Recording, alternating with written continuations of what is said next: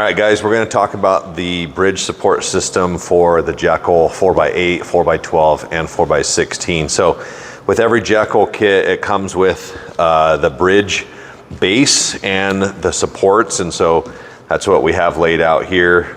We have them labeled BS1, BS2, and BS3. So obviously those go together in that fashion, and that's going to be kind of the first step that we are going to do here. So what we recommend doing is you have the V-locks. You want to pop those in place first because we're going to build this entire thing. So what you want to do is pop those in, and then I like to put a piece of tape across them.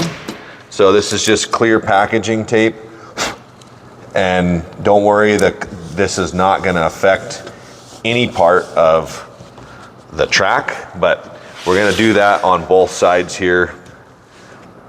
We're going to kind of build this thing out. We're just going through basically the whole system here. So if these things for some reason don't fit exact, or if there is some burrs across the face there, you can massage them to get them in there, but they are a tight net fit, and that is intentional. We're going to go ahead and put some tape on here. And mostly the tape is just so that when we go to flip this thing over and move it around, we're not losing anything. So at this point, I like to push down a lot of pressure on both of these. That way, if that thing does move, it can move through there and just make that surface a little bit flatter. But we're gonna go ahead and put another piece of tape on there. If you do happen to have to massage your V-locks to the point where they're falling out, then just run a longer piece of tape through there. That's gonna be the recommendation for that. So now we have this as one piece. Over here, you'll see we have all of our A, B, C, D, E, F, G, H, and I. And you'll see on here that this is also labeled. So C would go under there, D, and so on. Some of these, like C, they are, you can see this thing has a little bit of angle and taper to it. So you do want to make sure that you're reading that correctly and that you're installing it correctly, not upside down. And when we go through and we install these, basically what we're going to do is we're going to slide this underneath, and we're going to hold pressure on there. You're just going to eyeball to get it close, and basically zip your screws in from there. So we'll start with C here. And so what you want to do is you want to get this guy as centered as possible. Make sure that none of it is sticking out. And what I like to do is do the middle first. Okay. And then that allows you to flex this out, the outer edge and the inner edge. You don't need a drill to do it. Yeah, you could definitely do it by hand with a screwdriver. So that puts that in there. We're also gonna do D. I'm not gonna go through and do every single one for the video because I think you guys get the point. But we are gonna do these ones because the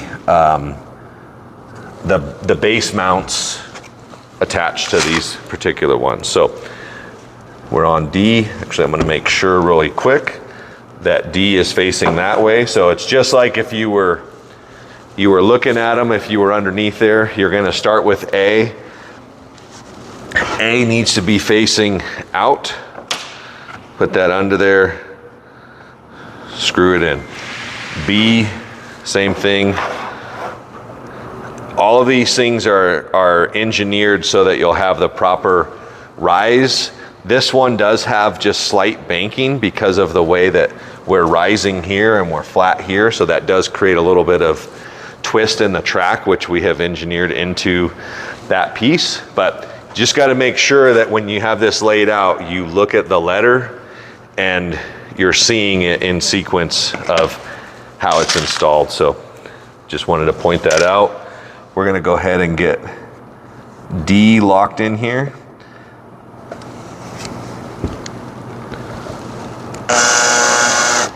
Also too, if you happen to put the screws in and you have some of this sticking out, they are a little bit undersized, but if you do end up with some sticking out, you can pull it back off and you can sand it down, shave it, do whatever you need to do, because once that hole is in there, it's not gonna, you know, no matter how much you force it or do that, it's gonna follow that hole every time.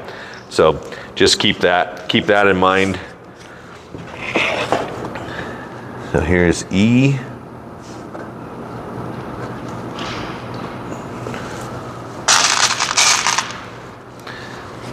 And then from E, we're gonna jump forward to G, because G is one of the ones that we need to talk about, because that's where we use our mounts also. So there are no holes in this bridge base. There are no holes for the track screws, but whoops.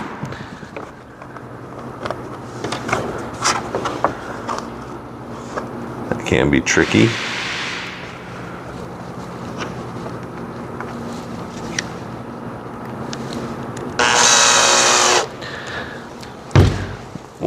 I'll grab a track section here and kind of talk about what I meant there. So the track surface has mounting holes in it.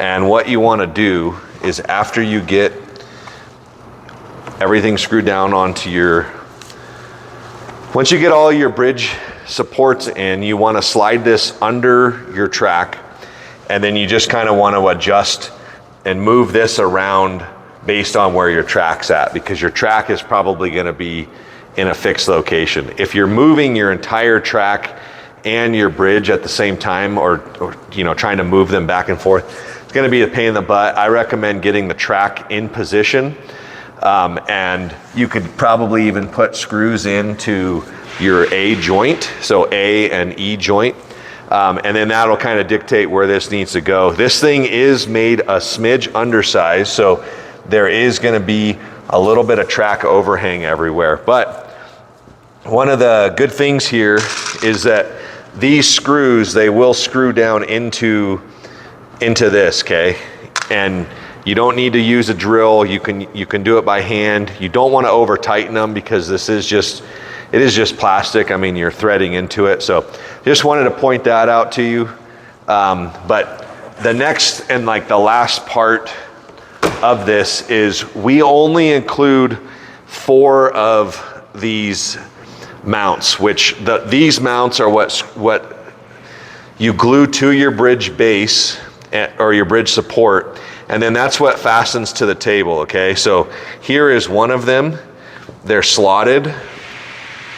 You want to drop that in. You want to run that on the outside of C. You also want to run that on the outside of D, okay? And you can have this in a little bit further if you want. You just basically want to make it so that you can get with an extended tip drill, or screwdriver, you can get in there to screw that down. And then you super glue it with the same glue that we use to glue the rail in. But you only have to do that in those 2 spots, and then this thing, it can't move at that point because the track's screwed to it. Those are screwed down. The other spot that you want to use the other 2, because 4 of these come with every set, is going to be G on both sides, okay? And the reason that is on G, both sides, and you'll notice this, when you screw your track down to this part will be up probably 1/4 of an inch, okay? And that's because you have 2 joints over here. One piece is flat rising. This piece is actually flat right here, and they're actually wanting to raise up. So in order to have the nice smooth flow down that you need, these two have to have the mounts on them. You want to screw them down, hold this down and glue that, and then just hold it so that those lock down in place, okay?